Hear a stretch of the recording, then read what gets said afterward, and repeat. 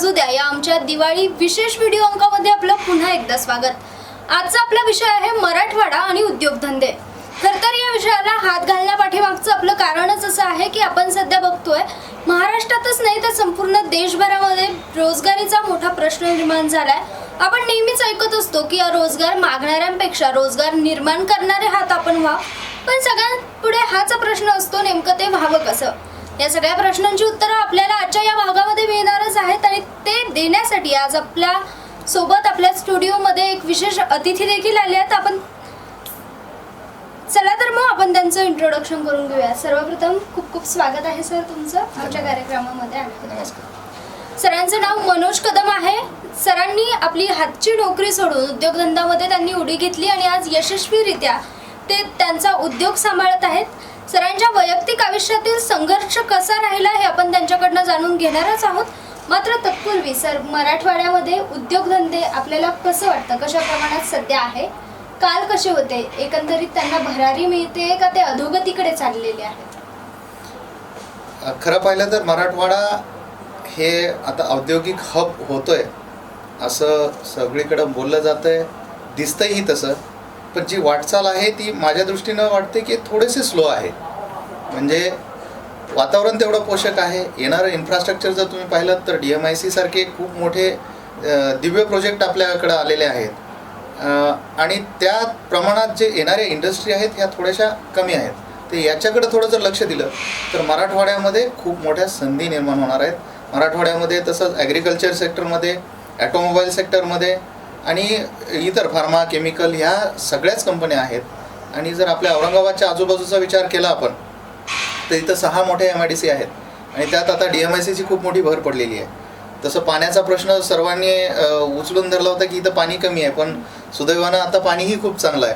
त्याच्यामुळं आपल्या भागासाठी किंवा मराठवाड्यासाठी उद्योगधंद्याला हे सुवर्ण दिन येणार आहेत याच्यामध्ये शंका नाही आहे.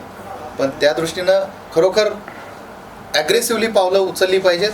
ते प्रशासनानंही उचलली पाहिजेत, आमच्यासारख्या तुम्ही मीडियानं उचलली पाहिजेत, आमच्यासारख्या उद्योगी लोकांनी उचलली पाहिजेत. आणि त्या पद्धतीनं जर सर्वांनी मिळून एकत्रितपणे हे प्रयत्न केले आणि त्याला जर राजकारणी आणि सर्व सरकारनं चांगल्या पद्धतीनं पोषक वातावरण निर्माण करून पुढं जर गेले तर मला वाटतं की मराठवाडा हा महाराष्ट्रातच नव्हे तर भारतामध्ये एक चांगलं औद्योगिक हब निर्माण होईल यात मला शंका नाही. नक्कीच सर, तुम्ही जो सकारात्मकपणा या औद्योगिक क्षेत्राबद्दल दाखवला आहे त्याबद्दल. पण आपल्याला अशी परिस्थिती निर्माण होते की सर्वांना वाटतं की त्याने उद्योजक बनावं, पण त्याच्यासमोर पहिला प्रश्न उभा राहतो तो भांडवलचा. एवढं भांडवल उभं करायचं कसं? मग त्याने जे निर्माण केलेले स्वप्न असतात ते कुठेतरी स्वप्नच राहून जातात, पहिल्याच पायरीला तो अडखळून जातो. करेक्ट. खरं तर उद्योजक बनण्यासाठी किंवा व्यावसायिक बनण्यासाठी भांडवल ही गोष्ट अडथळा असते हे चुकीचं आहे. सगळ्यात पहिलं एक गोष्ट आपण लक्षात घेतली पाहिजे की जर त्या माणसामध्ये उद्योजकीय मानसिकता असेल तर भांडवल हा प्रश्न आपोआप सुटतो. तर सगळ्यात पहिलं काय, जर तुम्हाला उद्योजक व्हायचं असेल, कारण उद्योग हा नेहमी 5 पिढ्यांसाठी केली जाणारी गोष्ट आहे. हे जर काही नवीन एक विश्व तयार करायचं असेल जे 5 पिढ्यांसाठी चालणार आहे तर सर्वप्रथम त्या उद्योगी बनणाऱ्या किंवा उद्योजक बनणाऱ्या माणसामध्ये एक उद्योजकीय मानसिकता आली पाहिजे. ही विचारधारा आहे. आणि ज्या दिवशी तुमच्या मनामध्ये ही उद्योजकीय मानसिकता येईल, नाविन्यपूर्ण कल्पना येतील, त्यावेळी भांडवल हे ॲटोमॅटिक मिळतं. जर तुमच्याकडं ती आयडिया दमदार असेल, त्या एखाद्या प्रोडक्टमध्ये दम असेल तर कित्येक लोक तुम्हाला सपोर्ट करणारे उभा आहेत, भांडवल देणाऱ्या संस्था उभा आहेत, बँका उभा आहेत, सरकार तुम्हाला मदत करतं आहे. वेगवेगळ्या मेक इन इंडियासारख्या स्कीम्स आहेत, स्टार्टअप इंडियासारख्या स्कीम्स आहेत. ह्या सगळ्या स्कीम्सचा वापर करता आला पाहिजे किंवा त्याचा यूज आपल्याला जर लक्षात आला तर डेफिनेटली हे सगळं शक्य आहे. सगळ्यात पहिल्यांदा जो क्या कहेंगे लोक सबसे बडा रोग आपण म्हणतो की बाबा भांडवल नाही आणि मी कर्ज काढून कुठेतरी उद्योग सुरू केला आणि तो जर फेल झाला तर काय होईल, ही भीती सर्वप्रथम मनातनं काढली पाहिजे. आणि जर त्यांनी आपल्यामध्ये वैचारिक पात्रता निर्माण केली तर नक्कीच तो माणूस चांगला उद्योजक होईल याच्यात मला कुठलीही शंका नाही आहे. नक्कीच सर, सरांचं बोलणं ऐकून आपल्या सगळ्यांनाच प्रेरणा मिळते आणि मनामध्ये असं वाटतं की अरे वा, खरंच हे होऊ शकतं. पण दुसऱ्या क्षणी आपल्या मनामध्ये कुठेतरी नकारात्मकता येते आणि आपण पुन्हा शांत बसतो. हे कसं होईल हा प्रश्न आपल्यासमोर निर्माण होत असतो. मात्र सर जे बोलतायत ते असंच बोलत नाहीये, त्यासोबत त्यांच्या वैयक्तिक आयुष्यातल्या अनुभवाची मोठी जोड आहे. सरही संघर्षातनं गेले. एक दिवस त्यांनीही त्यांचं जे विश्व उभं केलंय ते कुठल्याही दुसऱ्या तिसऱ्या पिढीने नव्हे तर त्यांनी स्वतःच उभं केलेत. त्यांनीही शून्यातून त्यांचा बिझनेस उभा केलाय. सर, नेमकं तुमचा बिझनेस सुरू करण्यापाठीमागची किंवा बिझनेसकडे वळण्याची काय तुमची ती स्टेज होती आयुष्यातली? बरोबर. सर्वप्रथम मी सर्वांना सांगू शकेल की तुम्ही कोणत्या कुटुंबात जन्म घ्यावा किंवा कोणत्या कुळात जन्म घ्यावा, कोणत्या जातीत जन्म घ्यावा हे तुमच्या हातात नाही आहे. म्हणून तुम्ही जर गरीब म्हणून जन्माला आलात तर तो तुमचा दोष नाही, पण जर तुम्ही गरीब म्हणून मरणार असाल तर हा मात्र नक्की तुमचा दोष आहे. कारण हे तुम्ही तुमचं आयुष्य घडवायचं असतं. तर नक्की ह्या प्रेरणेनं मी पहिल्यापासून विचार करत होतो. ज्यावेळी एज्युकेशन घेऊन एक शेतकरी कुटुंबातून येऊन एज्युकेशन लोन घेऊन एज्युकेशन कंप्लीट केलं आणि त्याच्यानंतर काही कंपन्यांमध्ये कामं करताना हे लक्षात आलं की गरिबी अतिशय जवळून पाहिलेली आहे. म्हणजे खिशामध्ये 5 रुपये ठेवून महिना काढायला लागायचे असे दिवस पाहिलेले. त्याच्यानंतर इंडस्ट्रीमध्ये आल्यानंतर श्रीमंत लोकांशी संपर्क यायला लागला, भेटायला लागला. मग हे श्रीमंत म्हणजे काय, हे सगळे प्रश्न मनात यायला लागले की बाबा हे काय असतं. तर याच्यात थोडंसं खोलात गेल्यानंतर एक लक्षात आलं की लोक मानतात कुणाला. या जगामध्ये मानलं जातं पॉलिटिशियनला, ॲक्टरला आणि क्रिकेटरला. सगळी त्यांची चर्चा करतात.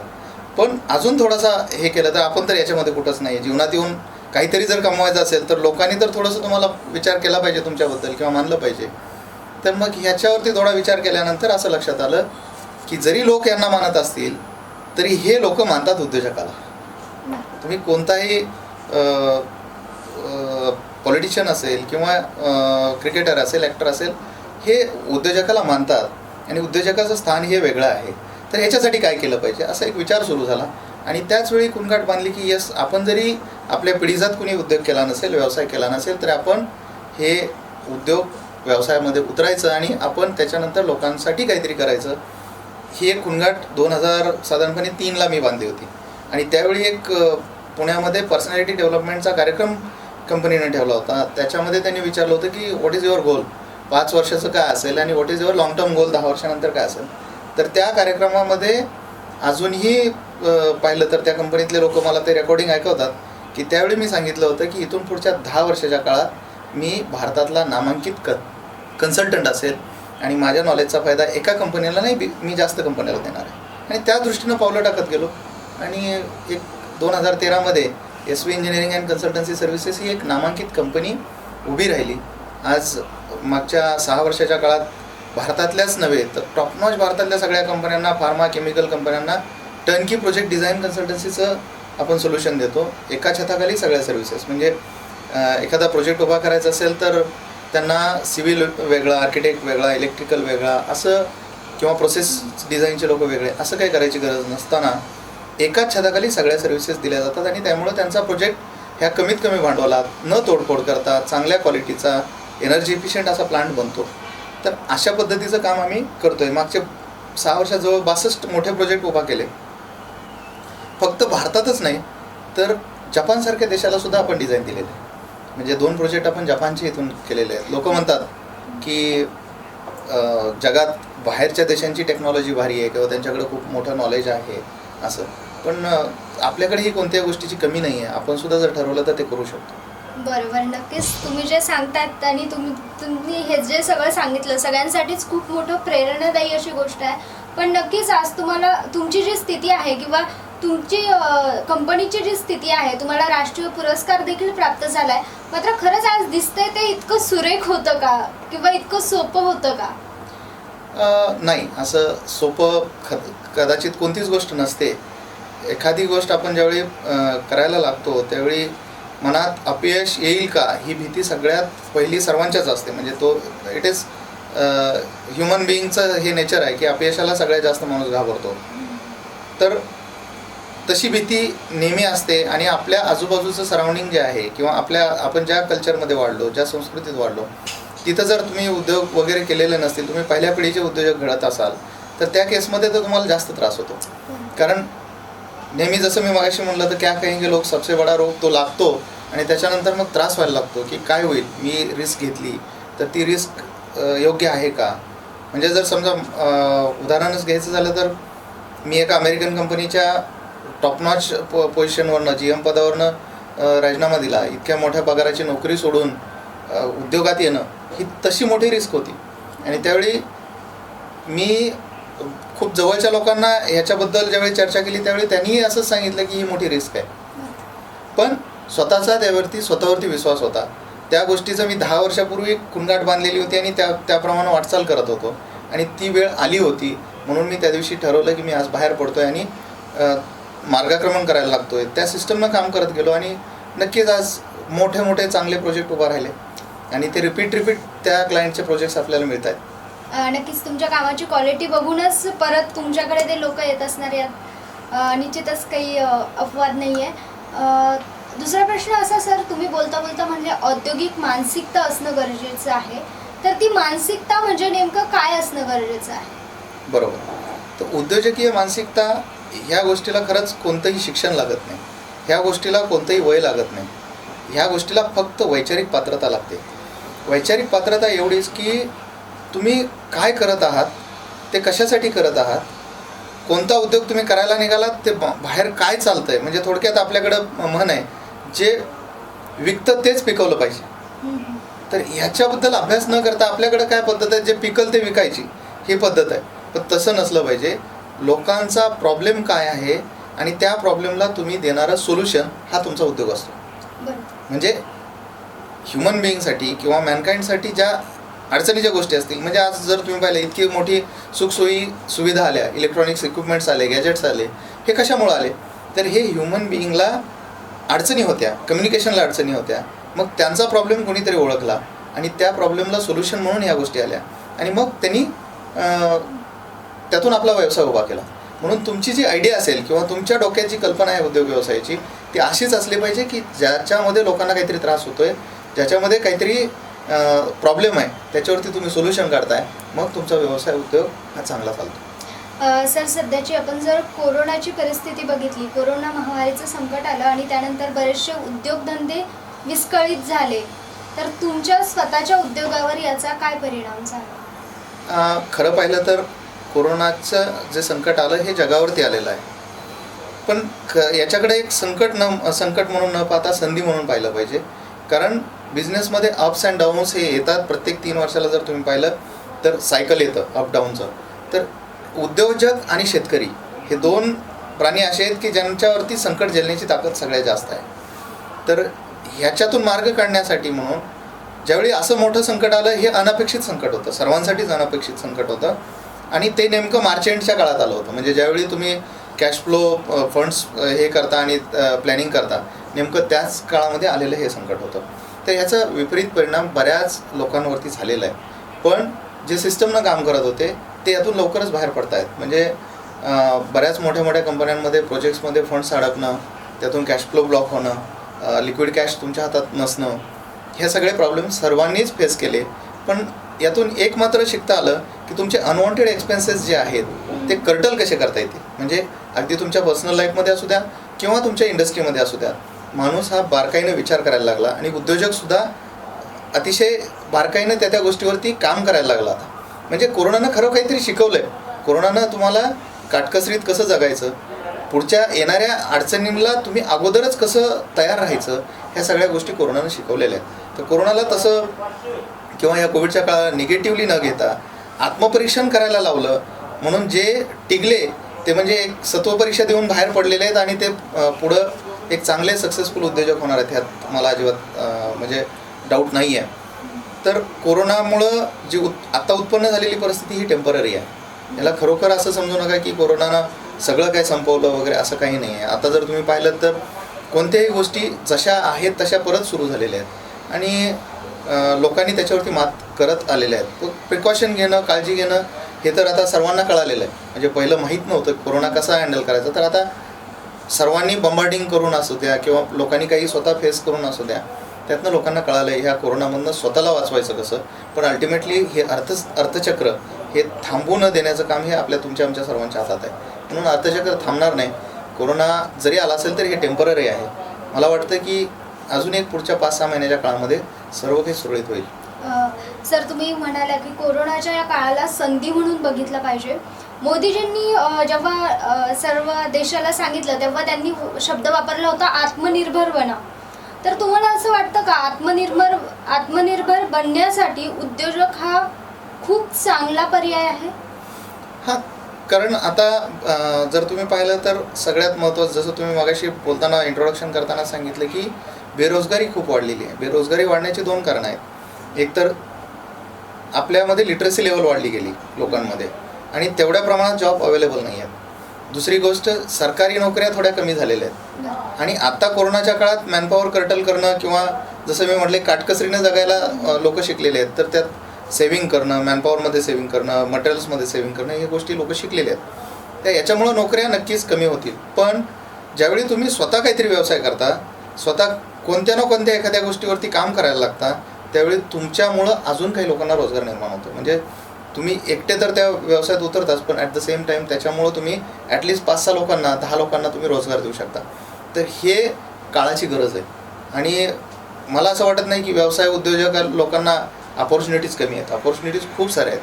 फक्त आपण काय करतो की कॉपी करण्याचा प्रयत्न खूप सारा करतो की त्यानं जे केलं तेच आपण करतो. म्हणजे बाजूला किराणा टाकला दुकान तर तुम्ही बाजूला किराणा दुकानच टाकता. हे नको व्हायला.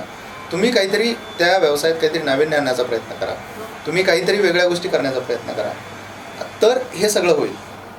अदरवाईज व्यावसायिक बनणं हे फक्त स्वप्न असून उपयोग नाही. ते साकार करण्यासाठी तुम्हाला त्या सगळ्या चॅनलमधनं जाणं किंवा त्या सगळ्या स्टेप्समधनं जाणं खूप महत्त्वाचं आहे. तुम्हाला काळाचं भान असलं पाहिजे. तुम्हाला अर्थाशिवाय अर्थ नाही हे तुमच्या डोक्यात कायमचं फिट असलं पाहिजे.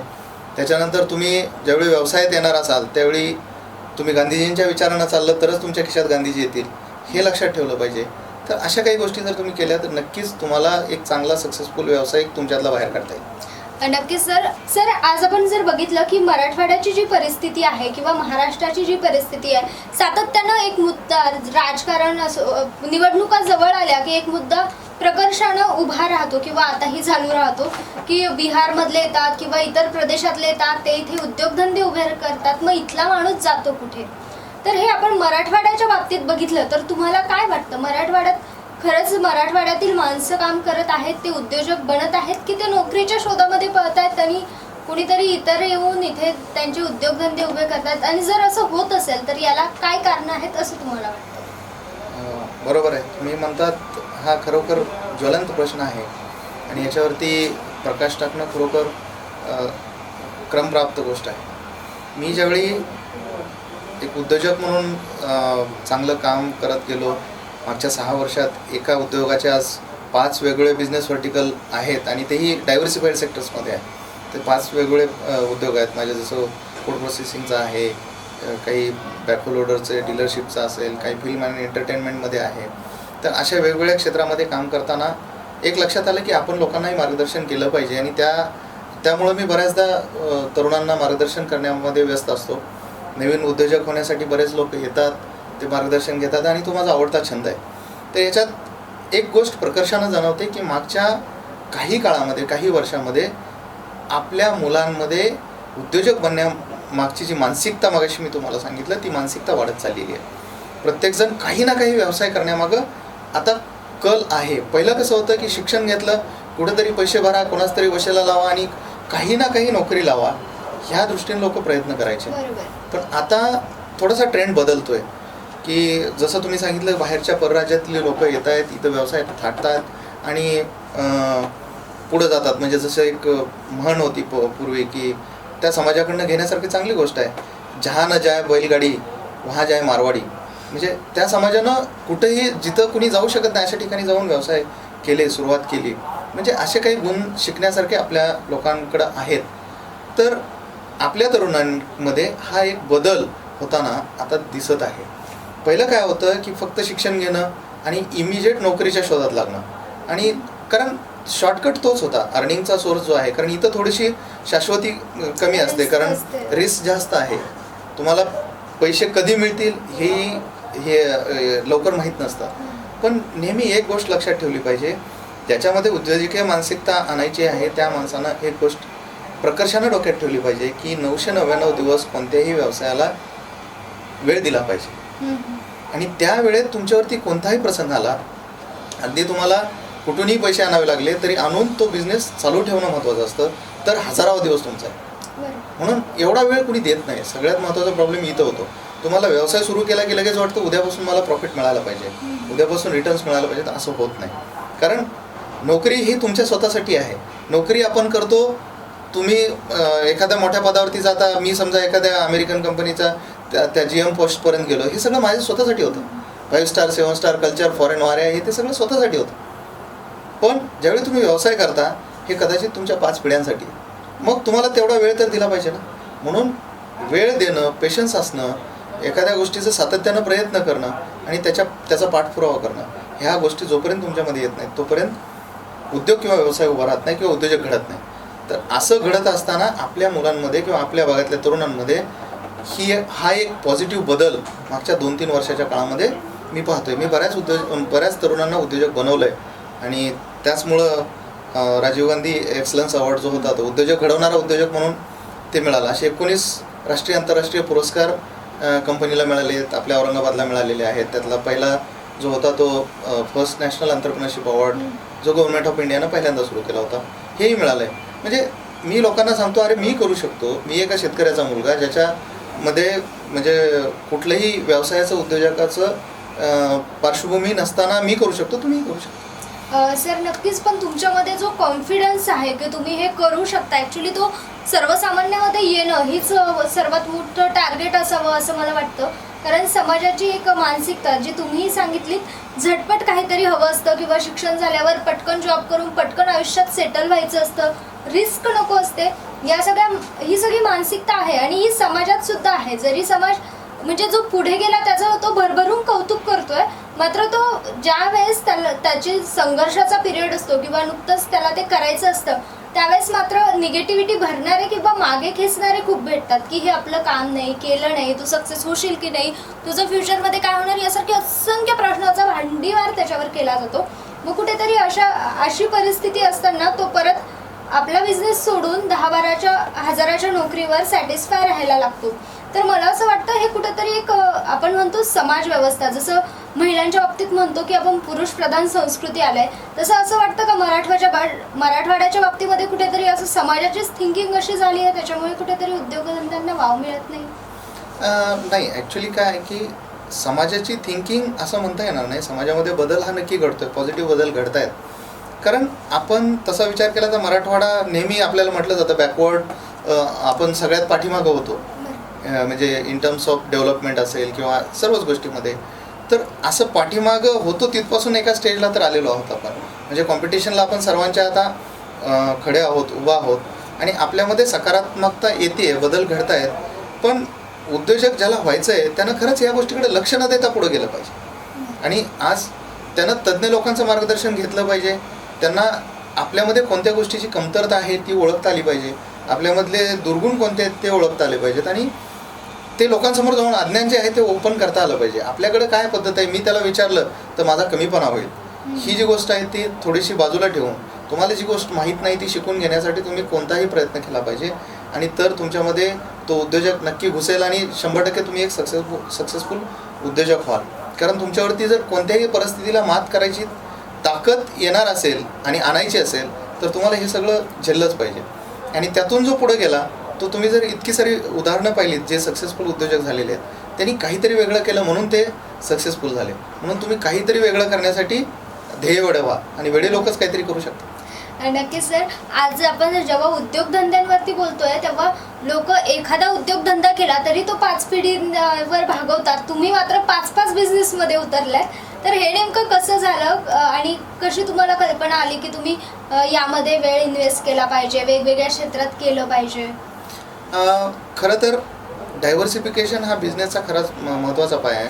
सुरुवातीला ज्यावेळी पहिला बिझनेस सुरू केला त्याला खूप वेळ दिला आणि सुरुवात एका स्टेजला आल्यानंतर की उद्योजकांना हे त्याच्यात डे टू डे ॲक्टिव्हिटीमध्ये रुटीनमध्ये अडकून पडायचं नसतं. खरं तर म्हणजे तुम्ही शटर उघडताय, तुम्ही झाडू मारताय, तुम्ही चेक साईन करताय, ही जी पद्धत आहे ही थोडीशी थांबली पाहिजे.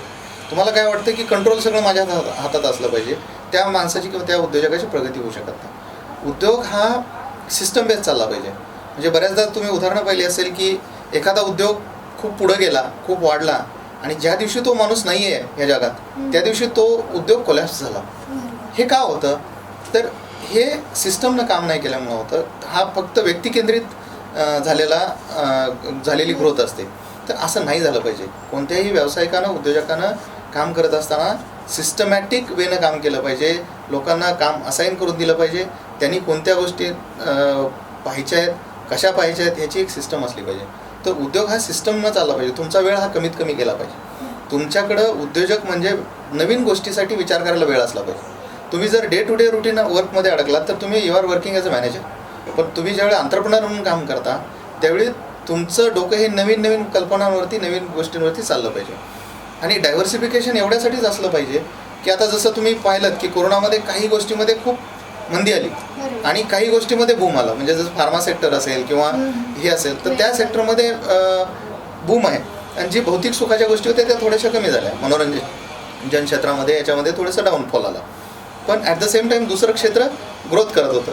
मग हे जे आहे बॅलन्सिंग करण्यासाठी म्हणून तुमच्यामध्ये डायव्हर्सिफिकेशन बिझनेसमध्ये असलं पाहिजे आणि विचार करून बिझनेसमध्ये उतरलं पाहिजे. म्हणजे तुम्ही जर त्याचा लोकांचा प्रॉब्लेम ओळखला, त्याच्यावरती अभ्यास केला, त्याच्यावरती चांगलं सोल्युशन काढलं तर लोक ॲक्सेप्ट करतात आणि मागेल त्या किमतीत लोक घेतात. म्हणजे असं नॉट नेसेसरी की तुम्हाला उद्योग करायचा म्हणजे तो कारखाना, भोंगा, कामगार, हजारो बस हे ते सगळं लक्षात समोर आलं पाहिजे. नाही, माझ्याकडे काय होतं, सुरुवात ती केली एक 30,000च्या लॅपटॉपपासून आणि भांडवल एकच होतं. कुठं भांडवल होतं? आपण ज्यावेळी तुम्ही पहिला प्रश्न विचारला की भांडवलामुळं उद्योग वाढत नाहीत, आज तो 30,000चा लॅपटॉप आणि तुमचं डोकं हे एकमेव भांडवल होतं. आज त्यातून हे सगळे 5 वेगवेगळे बिझनेस व्हर्टिकल आणि वेगवेगळ्या क्षेत्रात सुरू झालेले आहेत. आणि येस, मी प्रत्येक व्यवसाय करताना, उद्योग करताना हेच विचार करतो की आपल्यामुळं समाजाचं काय चांगलं होईल, आपल्यामुळं लोकांना काहीतरी फायदा होईल. आणि तो एक चांगला हेतू ठेवून जर तुम्ही कुठल्याही व्यवसायात उतरला तर नक्की तो व्यवसाय सक्सेसफुल होऊ शकतो. नक्कीच सर, तुम्ही खूप सुंदर या ठिकाणी उदाहरण दिलं की जेव्हा आपण उद्योग क्षेत्रामध्ये पण उतरतो तेव्हा त्यामध्ये पण आपण ऑप्शन्स ठेवले पाहिजे आपल्या भविष्यासंदर्भात, कारण डाऊन्स हे येत राहतात. सर, तुम्ही जेव्हा उद्योग क्षेत्रामध्ये उतरला तेव्हा तुम्ही सुद्धा डिरेक्ट न उतरता तुम्ही नोकरी केलीत, अनुभव घेतला. तर अशी सिच्युएशन बऱ्याच तरुणांची आहे ज्यांना असं वाटतं की ठीक आहे, आपण अनुभव घेऊ एकदा मग स्वतःचं करू. पण बऱ्याचदा असं होतं की अनुभव घेण्याचा त्यांचा जो पिरियड असतो तो इतका लांबणीवर चालला जातो की कुठेतरी उद्योजक व्हायचं आहे हेच मत मागे पडल्यासारखं होतं. तर या सिच्युएशनबद्दल तुम्ही काय सांगा? बरोबर. म्हणजे तुम्ही जर विचार केलात तर रिस्क टेकिंग ॲबिलिटी जसं वय वाढतं तसं कमी होत जाते. म्हणजे एखाद्या सेटल फेजला तुम्ही आलात की त्यावेळी वाटतं की ठीक आहे, आता का रिस्क घ्यायची. पण खरा उद्योजक ज्याला व्हायचा असेल, ज्याच्यामध्ये उद्योजक मानसिकता असेल, तो कधीच शांत बसत नाही. तुम्ही जर विचार केला तर MDHचे मालक, MDH मसाल्यांचे जे मालक आहेत ते बघा, त्यांचा उद्योग कधी, ते अजूनही 94 इयर्स काहीतरी त्यांचं एज आहे तरी ते काम करत आहेत. म्हणजे उद्योगाला वय नसतं. पण तुमच्यामध्ये ती मानसिकताच नसेल तर मग असं होतं की तुम्ही एका लेवलला आला, तुमची एक सॅलरी लेवल पोहोचली की तुम्हाला असं वाटतं की बस आता काय करायचं आहे. मग तिथून पुढं रिस्क टेकिंग ॲबिलिटी कमी होते, तुमच्यावरती जबाबदाऱ्या वाढतात आणि मग तुम्ही त्या रेसमधनं बाहेर पडता. तर असं होऊ द्यायचं नसेल तर तुम्हाला तुमचा वेल प्लॅन्ड ग्राफ ठरवला पाहिजे. तुम्हाला काय करायचं आहे हे तुमच्या जीवनात तुम्ही अगोदर ठरवलं पाहिजे. त्या दृष्टीनं तुम्ही जर पावलं टाकली तर नक्की होईल. मी जसं मगाशी सांगितलं की 2003 साली मी सांगितलं होतं की 2013मध्ये मी एक नामांकित कन्सल्टंट असणार आहे आणि त्या दृष्टीनं वाटचाल केली होती, म्हणून ते झालं. फक्त तुम्हाला उद्योजक होणार म्हणून सांगून किंवा नुसतं फक्त डांगोरा पिटून काय फायदा नाही. ॲक्च्युली त्या दृष्टीनं प्रयत्न करणं, त्याचं मार्गदर्शन घेणं, तज्ज्ञांना भेटणं, पुस्तकं वाचणं, हे सगळं आपण केलं पाहिजे. सर, नव्यानं उद्योग क्षेत्रात येऊ पाहणाऱ्या तरुणांना काय मार्गदर्शन करा? नव्यानं उद्योग क्षेत्रात येणाऱ्या तरुणांना एकच सांगेन की अतिशय चांगलं क्षेत्र आहे आणि तुमच्यामुळं खूप साऱ्या कुटुंबांचं चांगलं होणार आहे. त्यामुळं आणि ती पुढच्या 5 पिढीसाठी तुम्ही जे काय करताय ते राहणार आहे. यासाठी खूप अभ्यासपूर्वक याच्यामध्ये उतरा, तज्ज्ञांचं मार्गदर्शन घ्या, जे खरोखर त्यातनं पुढं गेलेले आहेत, पारंगत झालेले आहेत, अशा लोकांचं मार्गदर्शन घ्या. आपला जो मोबाईलमध्ये इतर गोष्टींसाठी वेळ घालवतो तो वेळ चांगल्या लोकांच्या मुलाखती बघण्यासाठी घ्या. जे लोक सक्सेसफुल झाले त्यांच्या मुलाखती पहा. त्याच्या विरुद्ध मी सांगेन की जे अनसक्सेसफुल झाले त्यांच्यासुद्धा मुलाखती पहा, कारण त्यांनी काय चूक केली हे आपल्याला कळतं. आणि जर तुम्ही त्या गोष्टीवरती, ज्या उद्योगात उतरणार आहात, ज्या व्यवसायात उतरणार आहात, त्याच्यावरती जर तुम्ही लक्ष केंद्रित करून त्याच्यातले सगळे नुक्स किंवा ज्या गोष्टी तुम्हाला धोके आहेत, संभाव्य धोके आहेत, ते सगळे अगोदरच ओळखून त्याच्यावरती मात केली तर तुम्हाला कोणीही अडवू शकत नाही. बरोबर आहे सर. आणि एक यशस्वी उद्योजक होण्यासाठी काय गुण तुमच्यामध्ये असणं महत्त्वाचं आहे? तुमच्यामध्ये एकतर तुम्ही सातत्य आणि चिकाटी आणि तुमच्यामध्ये नवीन शिकण्याची जी उर्मी आहे ती कंटिन्युअसली असली पाहिजे. स्वतःचं अज्ञान जे आहे ते अजिबात तुम्ही लपवता कामा नये. तुम्ही ते नॉलेज मिळवलं पाहिजे. मीच ग्रेट आहे, मला माहिती आहे, हेच सगळ्यात चांगलं आहे असं अजिबात असू शकत नाही. कारण तुम्ही ज्या गोष्टीचा विचार करता ती गोष्ट मार्केटमध्ये ऑलरेडी फिरून आलेली असते. त्यामुळं इतका इनडेप्थ विचार करा की कॉम्पिटिशन काय आहे, मार्केटमध्ये पाहिजे काय, आपण ज्याच्यावरती सोल्युशन काढलं आपलं प्रोडक्ट कितपत चालणार आहे याचा सर्वे अगोदर केल्याशिवाय त्याच्यात उतरू नका. आणि जर तुम्हाला ते जमत नसेल तर लोकांकडनं शिकून घ्या आणि मग उतरा. वेळ लागू द्या, पण कोणती गोष्ट घाई करून लवकर संपवणं आणि त्याच्यावरती जास्त वेळ देऊन चांगलं एखादा उद्योग व्यवसाय उभा करणं हा फरक आहे. तर तुम्ही त्या गोष्टीवरती इतकं काम करा की जेणेकरून तुम्हाला अडचणच येणार नाही, कारण तुम्हाला संभाव्य धोके माहिती आहे. सर, आज आपण बघितलं तर सोशल मीडियाचा मोठ्या प्रमाणात वापर होताना आपल्याला दिसतोय. तर तुम्हाला असं वाटतं का सोशल मीडियाच्या माध्यमातून देखील उद्योजक तयार होऊ शकतात? का नाही होणार? खरं तर आज प्रत्येकाच्या घराघरात किंवा हातामध्ये सगळीकडं तुम्ही सगळ्यात जास्त कम्युनिकेशनचं माध्यम वापरताय हे सोशल मीडिया वापरताय. तर सोशल मीडियावरती सुद्धा मी बऱ्याचदा व्हिडिओज टाकत असतो किंवा काही मार्गदर्शनपर गोष्टी टाकत असतो. त्यातून एक जरी माणूस घडला तरी चांगला आहे ना. म्हणजे मी नेहमी विचार करतो की आपल्यासारखे जे काही कोणी थोडेफार उद्योजक पुढं आले किंवा ज्यांना साथ मिळाली, लोकांची मिळाली, मित्रांची, कुटुंबाची मिळाली, पुढं त्यांनी डोकं लावलं आणि पुढं आले, त्यांनी पाठीमागं वळून पाहिलं पाहिजे की आपल्यासारखे असे उद्योजक नवीन घडत आहेत का, त्यांना घडवण्यासाठी मार्गदर्शन केलं पाहिजे. आणि हे सगळं सोशल मीडिया थ्रू सुद्धा चांगलं काम होऊ शकतं, कारण तुम्ही हजारो लोकांपर्यंत पोहोचता एका क्लिकवरती.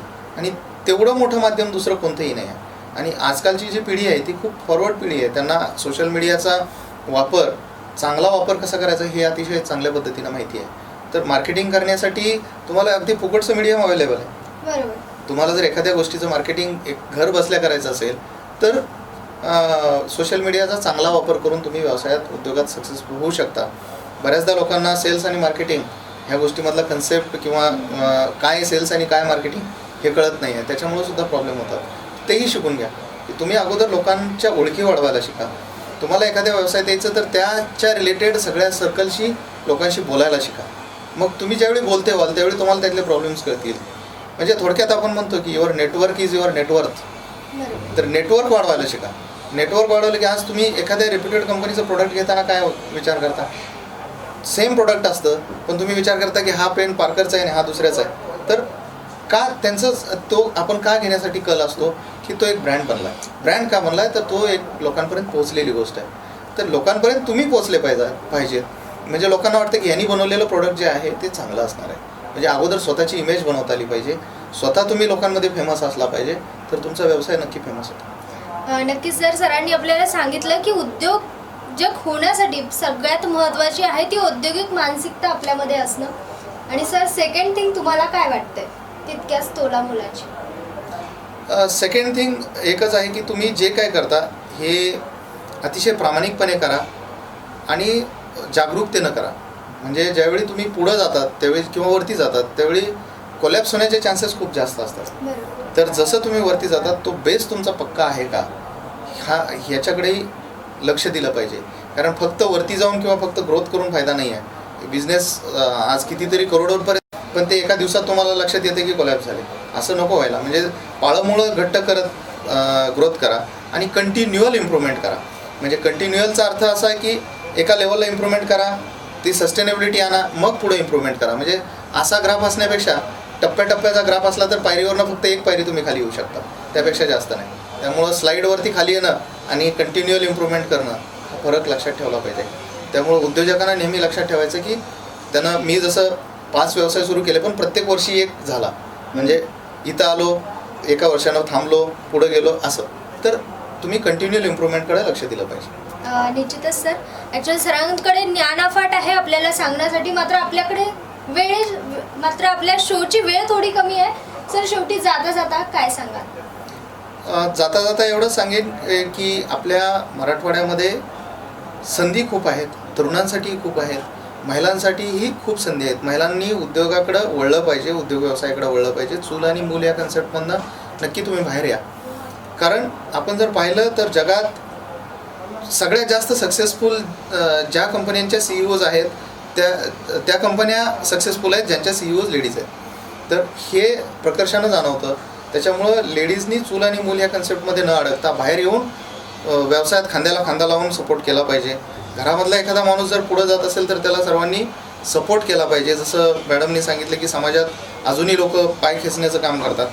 ॲटलिस्ट जवळच्या नातलगांनी आणि घरच्यांनी जर एखाद्या उद्योजकाला चांगला सपोर्ट केला तर तो उद्योजक नक्की घडेल आणि त्याच्याबरोबर पूर्ण पिढीचं, पूर्ण कुटुंबाचं, नातलगांचं आणि पर्यायानं आपल्या भागाचं, आपल्या देशाचं, आपल्या मराठवाड्याचं सगळ्याचं कल्याण होणार आहे. हे विसरून चालणार नाही.